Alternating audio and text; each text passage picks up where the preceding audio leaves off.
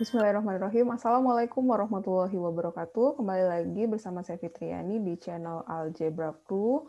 Pada video kali ini akan dibahas mengenai ideal terkecil yang memuat gabungan dua ideal.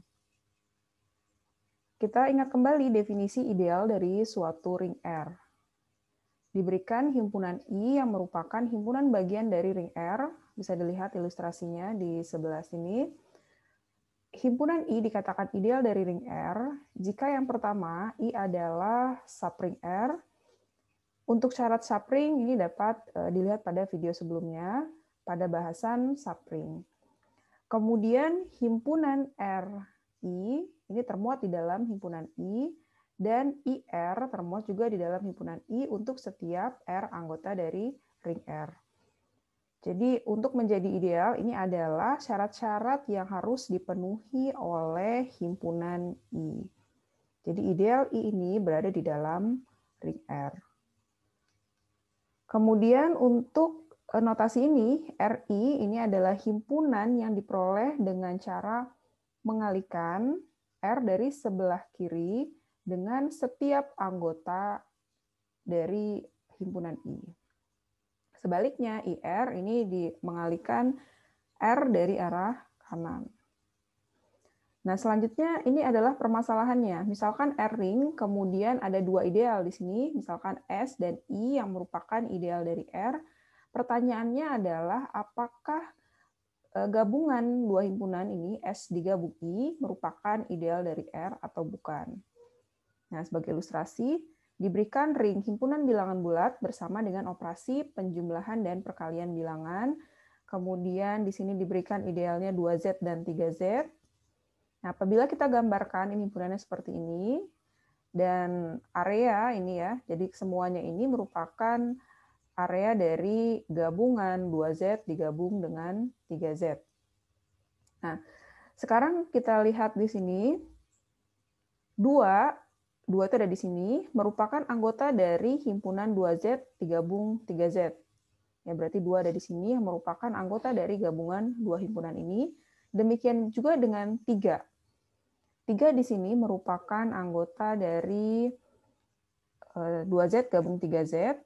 Kemudian di sini kita memiliki dua anggota ya, berarti 2 dan 3. Tetapi apabila kita jumlahkan, ini adalah operasi penjumlahan bilangan, 2 ditambah 3 yang menghasilkan 5 ini tidak ada di dalam himpunan ini. Artinya himpunan ini tidak tertutup terhadap penjumlahan bilangan.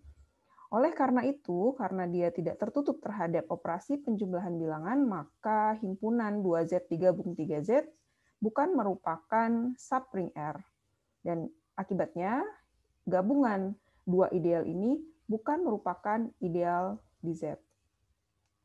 Nah, setelah kita mengetahui bahwa gabungan dari dua ideal ternyata belum tentu merupakan ideal dari ring R, maka akan dicari ideal mana yang merupakan ideal terkecil yang memuat gabungan dari dua ideal. Di sini didefinisikan S ditambah I itu adalah himpunan yang anggotanya kita peroleh dari menjumlahkan anggota S, ini S ditambah I, ini anggota S ya. S anggota S dan I anggota I. Kita akan menunjukkan bahwa himpunan S ditambah ini merupakan ideal terkecil yang memuat gabungan dari dua ideal S dan I. Yang pertama akan ditunjukkan ya, jadi untuk menjadi ideal syaratnya sudah diberikan di awal tadi bahwa S ditambah I harus merupakan subring dari R. Nah, di sini karena S bukan merupakan himpunan kosong dengan alasan bahwa S merupakan ideal dari R, demikian juga I. I bukan merupakan himpunan kosong karena I adalah ideal dari R. Akibatnya, S ditambah I yang merupakan himpunan yang diperoleh dari menjumlahkan elemen-elemen di S dengan elemen di I juga bukan merupakan himpunan kosong. Selanjutnya diberikan dua elemen, yaitu A dan B, anggota dari himpunan ini, anggota S ditambah I. Nah, di sini kita akan menunjukkan bahwa A min B atau A dikurang B atau A dijumlahkan dengan inverse dari B terhadap operasi penjumlahan ini termuat juga di dalam himpunan S ditambah I. Karena A anggota S ditambah I, maka A dapat dinyatakan sebagai hasil penjumlahan S1 ditambah I1 dengan S1-nya anggota S dan I1-nya anggota I.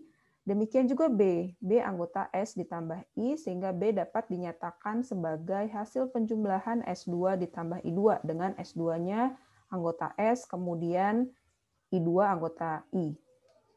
Kita mengoperasikan A dengan inverse dari B. A di sini adalah S1 ditambah I1, kemudian B-nya itu adalah S2 ditambah I2. Nah, di sini karena operasi penjumlahannya ini kan merupakan grup ya, merupakan grup Abel, maka ini akan bisa dinyatakan seperti ini. Jadi S1 dikurang S2 ditambah I1 dikurang I2. S1 dikurang S2 ini adalah anggota S, karena S subring R, yang berarti S merupakan subgrup dari R. Akibatnya S1 dikurang S2 merupakan anggota S. Demikian juga dengan I1 dikurang I2, ini adalah anggota I, karena I adalah ideal dari R. Oke. Selain itu, kita akan mengoperasikan A dikali B dengan operasi perkalian di R. S1 ditambah I1 ini adalah A, kemudian B-nya kita ganti dengan S2 ditambah I2.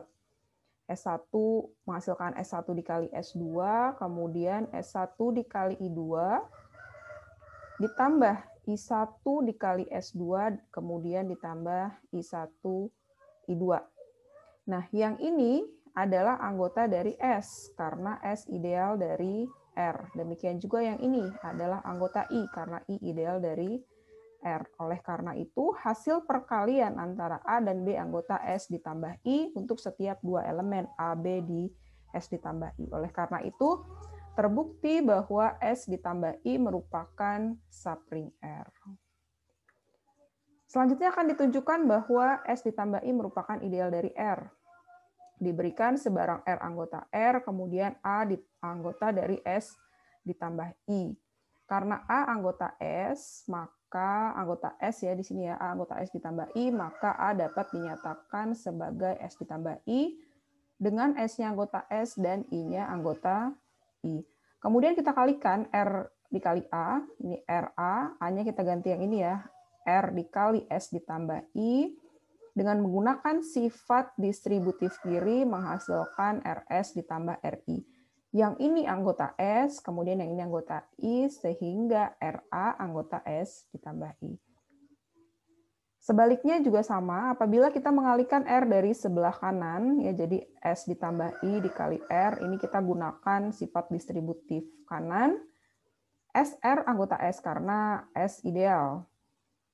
IR juga anggota I karena I ideal dari R. Oleh karena itu, terbukti R dikali S ditambah I termuat di dalam himpunan S ditambah I. Demikian juga apabila dikalikan R dari kanan juga termuat di dalam himpunan S ditambah I. Oleh karena itu, terbukti S ditambah I ini, himpunan ini merupakan ideal dari R. Nah, selanjutnya akan ditunjukkan bahwa gabungan dari dua ideal S digabung I termuat di dalam himpunan S ditambah I.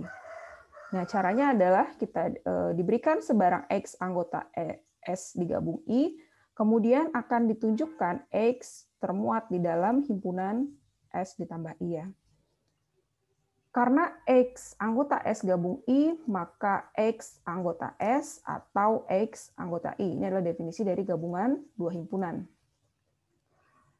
Andaikan X anggota S, maka X dapat dinyatakan X ditambah 0. Yang X ini anggota S, 0-nya anggota I. 0 pasti ada di I karena I merupakan ideal dari R. Jadi untuk yang X anggota S ini juga merupakan anggota dari S ditambah I. Selanjutnya bagaimana kalau yang ini terjadi, yaitu X anggota I, maka X-nya kita nyatakan sebagai 0 ditambah X. Yang di posisi pertama 0 itu anggota S, pasti ada di S karena S ideal. Kemudian X yang ini adalah anggota I. Jadi terbukti tadi diberikan X anggota S digabung I, telah kita tunjukkan X-nya anggota S ditambah I. Sehingga terbukti bahwa himpunan S digabung I ini termuat di dalam himpunan S ditambah I. Jadi kalau misalkan diilustrasikan ini bisa seperti ini. Jadi S digabung I ini termuat di dalam himpunan S ditambah I. Nah, yang terakhir adalah kita akan menunjukkan bahwa S ditambah I itu adalah ideal terkecil yang memuat S digabung I. Bagaimana cara membuktikannya? Diandaikan adanya ideal R yang lain, yaitu P misalkan, yang juga memuat S digabung I.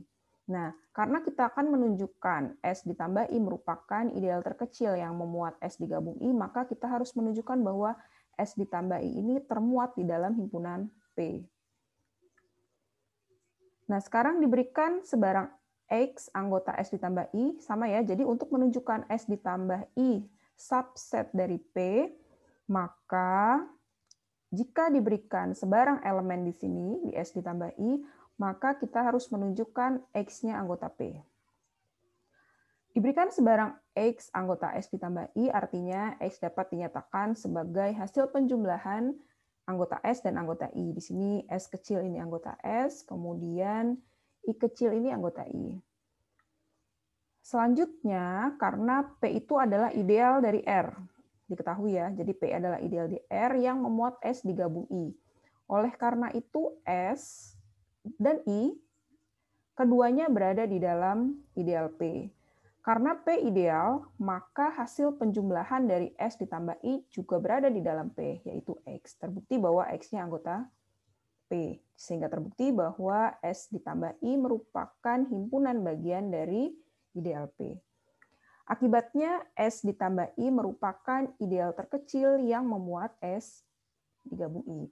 Jadi kalau kita perhatikan di sini ilustrasinya, S digabung I termuat di dalam S ditambah I, kemudian jika ada ideal lain, yaitu P, yang juga memuat S digabung I, maka S ditambah I ini termuat di dalam ideal P, karena S ditambah I merupakan ideal terkecil yang memuat S digabung I. Oke, sekian penjelasan mengenai ideal terkecil yang memuat gabungan dua ideal. Sekian, Assalamualaikum warahmatullahi wabarakatuh.